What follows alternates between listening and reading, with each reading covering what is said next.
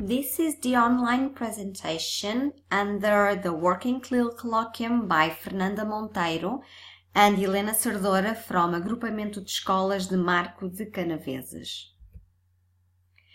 The aim of this presentation is to provide guidelines regarding the Kahoot and the infographic used for content and language integrated learning as a result of the Colloquium Working CLIL and the follow-up sessions. As a working methodology, myself and Fernanda decided to prepare a lesson plan where both of these tools would be integrated for learning purposes to be applied in our school starting at the beginning of this term. We are also using the lesson plan template we adopted as part of our CLIL project Hands-on CLIL. So, science is the subject and the CLIL topic is plants classification.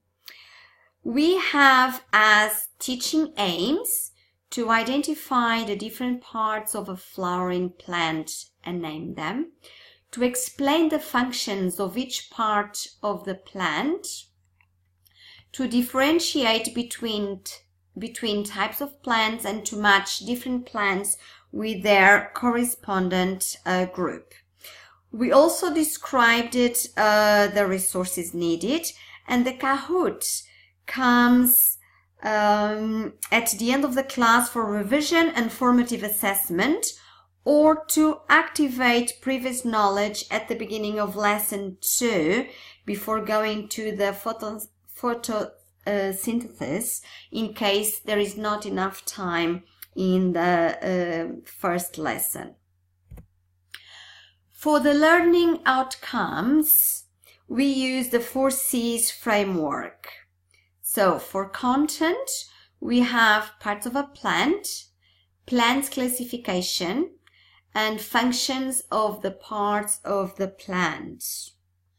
For cognition, students have to identify the different parts of a plant, infer by observation of pictures, and classify the plants according to their characteristics, understand the difference between plants through comparison and contrast, differentiate plants groups, synthesize knowledge by means of a Kahoot. For culture, we have the understanding that different climates and regions in the world have different types of plants, and also identify plants from their own country. And for communication, we identified different vocabulary like parts of a plant, classification of plants, functions of parts of a plant, the verbs needed, and also the language chunks that children will need to use in the classroom. Further, in the document that supports the Kahoot, teachers can also find the activities step by step. The created Kahoot comes at the end of the lesson to wrap up the lesson and provide some feedback in terms of formative assessment to both teacher and pupils on the content and language taught.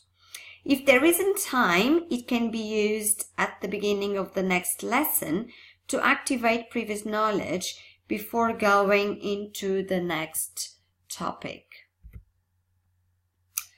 So we decided to go for a jumble Kahoot instead of a multiple choice questionnaire, as we wanted pupils to synthesize knowledge by means of a Kahoot using both content and language. In this slide, you can find the pin that was used to play in my mobile, and this is what it looks like on my mobile screen. And people have to read and make sentences. So, in this one, students would have to drag first the blue, starting with plants, and then the green have, so plants have, and then moving on to the red, so drag the red, so plants have 3, and then the yellow main parts, and then they would come with the sentence, plants have 3 main parts. Here are other examples of the sentences that students would have to build up in this Jumble Kahoot. And these are also the other examples. Finally, they would come up with the results of their works, providing data for both students and the teacher. Now, following the same CLIL pathway on plants, the topic for the second lesson is how do plants make their food? So the infographic created used canvas and also tondus to make the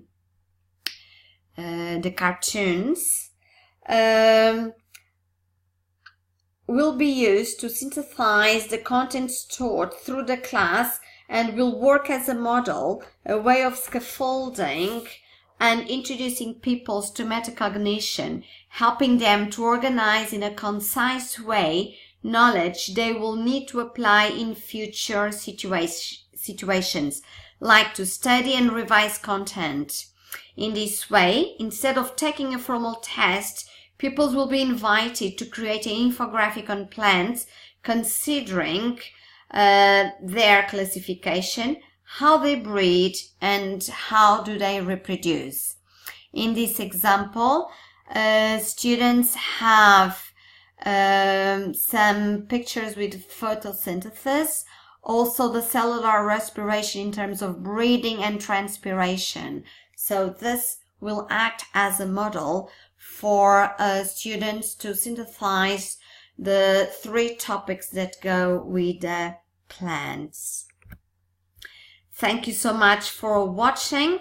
This is Fernanda Monteiro and Helena Cerdora at Agrupamento de Escolas de Marco de Canaveses. Thank you very much.